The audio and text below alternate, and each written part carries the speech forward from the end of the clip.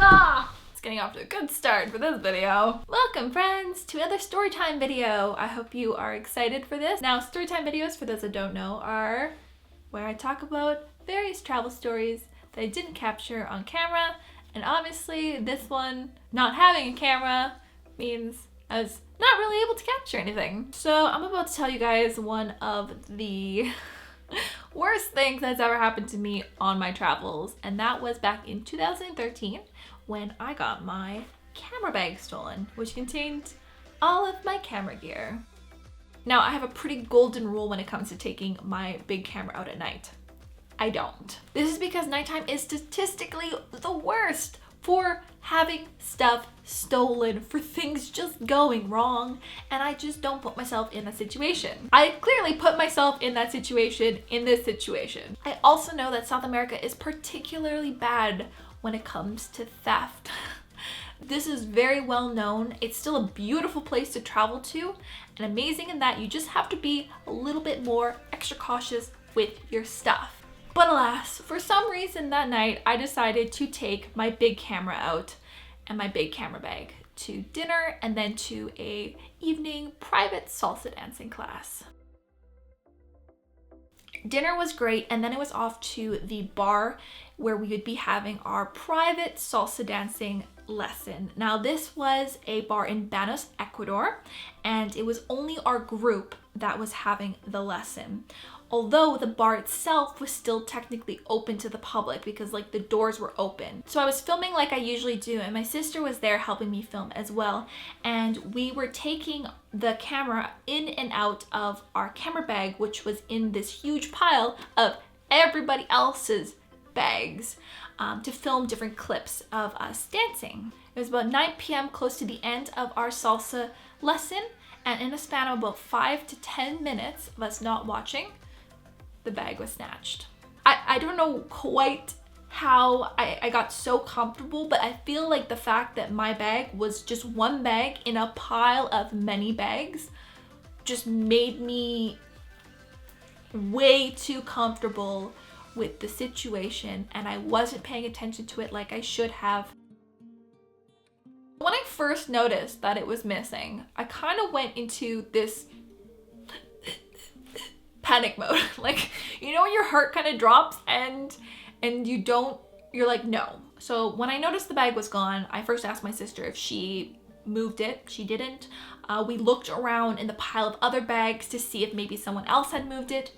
They didn't. We looked on the ground. We looked around the tables. We started flipping tables over, and by this time, the rest of the group had kind of stopped to see what was going on, and the bar manager had stopped and asked us what was going on, and as soon as I told him what was happening, he led me out onto the street with a group of travelers, and we started running through the streets of Banos to look for this bag. And I was not joking, and this is not an exaggeration.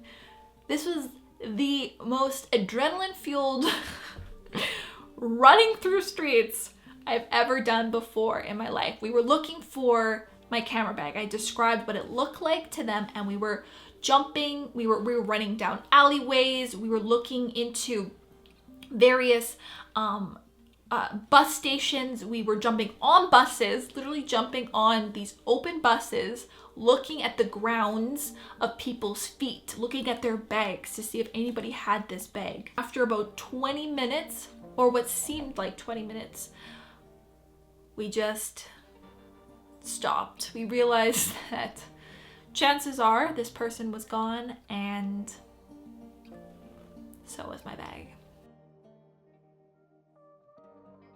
So I had my DSLR camera, 2 lenses in there, which is pretty normal, but then I also, at last minute, threw my secondary smaller camera in there. I put my iPhone in there, my sister put her phone in there. We had $150 in just cash, because cash is king, and we had her bank card.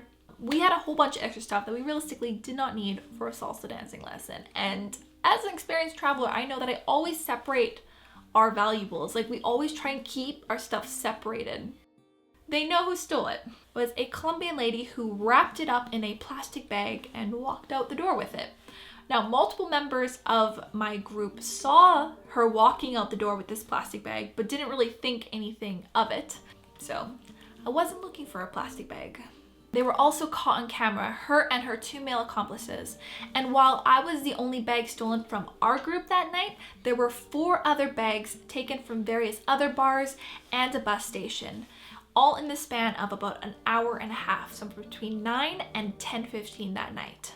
Essentially, the police knew who they were. I don't know how exactly they knew, like, of them, that they were Colombian, but they told me they were Colombian. I don't know if they were Colombian.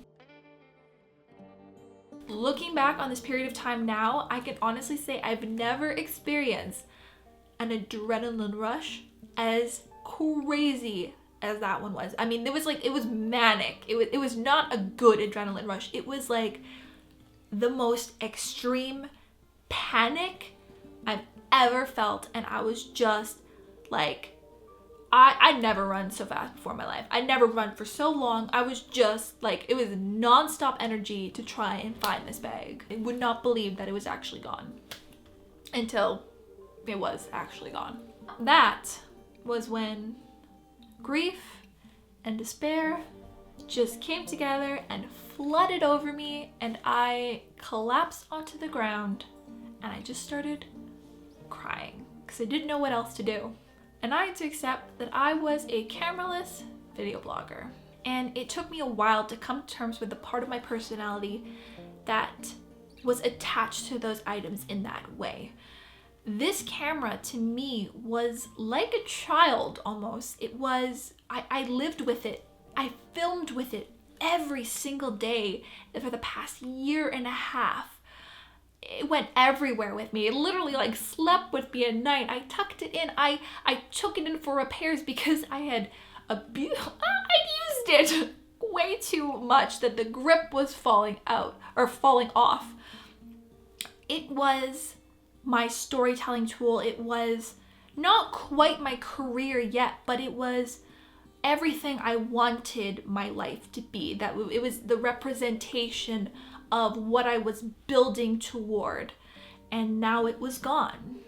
And after a little bit of time, I realized that as emotionally traumatizing as that event was, at the end of the day, it was just a camera and gear, and it could all be replaced.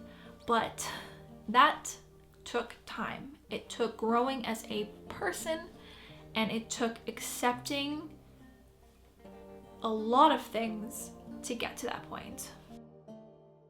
The aftermath. So in total, these were all the items that were stolen. It was about $3,400-ish US dollars-ish at the time. So in the following days, a few things happened. The first thing we did is we called up all the local pawn shops. No luck. The next thing I had to do is file a police report. Didn't really do anything. I mean, the police reported it, but at the end of the day, I wasted half a day and I got a piece of paper. Now, if I had travel insurance, which I didn't, because I didn't know that there was even a thing for like bag insurance. There is. I have that now. Then the police report would have been useful because that police report would have been like put towards my case. Side note, if you guys want to watch a video all about travel insurance and the importance of travel insurance, links in the description. And probably the biggest reason why I was so emotionally distraught and upset about this whole situation was that I was kind of financially screwed. I did not have the money to replace any of this gear. I was not doing travel vlogging full time. I was working multiple part-time jobs to pay for my travels.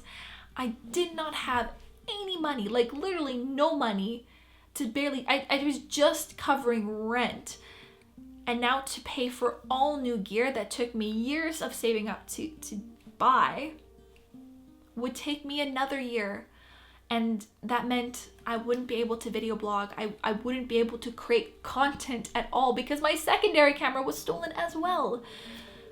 So I didn't know how I was going to be able to continue even doing YouTube at that point.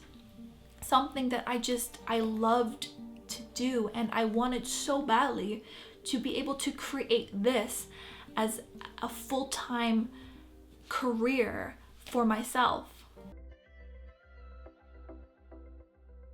Thanks to the generosity of you guys and gals, I was actually able to fundraise the money to buy myself my new camera gear after a few months of this incident. I started a GoFundMe. I never started anything like that before in my life. Patreon wasn't a thing. Funding creators wasn't a thing back then. Aside from, there was a lot of Kickstarters. Kickstarters were still happening, but they were mainly for other types of projects. But on the recommendations of my friend Louie, I opened it up, and through your amazing generosity, you guys and gals, I was able to fund my new camera gear in 2 days, which still to me is one of the most amazing things that has ever happened to me, and I'm so eternally grateful for. And I'm still thanking you, and will be thanking you guys and gals forever, realistically, as long as I'm on YouTube, because it helped me so much. It got me back into filming. It got me back into vlogging.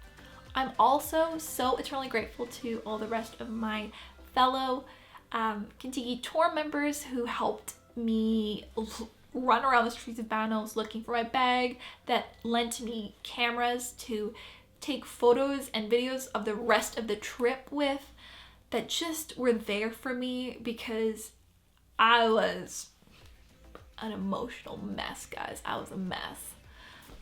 They were just so wonderful, and my tour leader and just everybody was just so helpful in this whole situation. I'm also very thankful for the fact that I back up my footage daily onto my hard drive, so I only lost the 1 day's worth of footage from my trip, and all my amazing, beautiful Galapagos footage was still okay, and I'm able to show that to you guys and gals, because it was really was a wonderful trip, aside from. And then last but not least was all of the personal growth and discovery in myself, and just learning that losing your stuff, although it might seem like the end of the world at the time, it is just stuff. And I've become so much less materialistic with my items, much less, I'm more appreciative of the things that I have, but also know that life, people, is what is, of course, most important, and it can change you for the better. I moved on, and in some weird, twisted way, I am actually almost thankful that this experience happened to me. in a little bit, you learn from experience, right? And this was one experience I was not gonna forget. So thank you guys and gals so much for watching this video. I hope you've enjoyed it. It's a long story time. If you want to hear or see more of these, let me know down below in the comments, and let me know if you've ever had any kind of similar experience to mine. Give this video a thumbs up, hit subscribe, and I will see you guys again in a few days' time.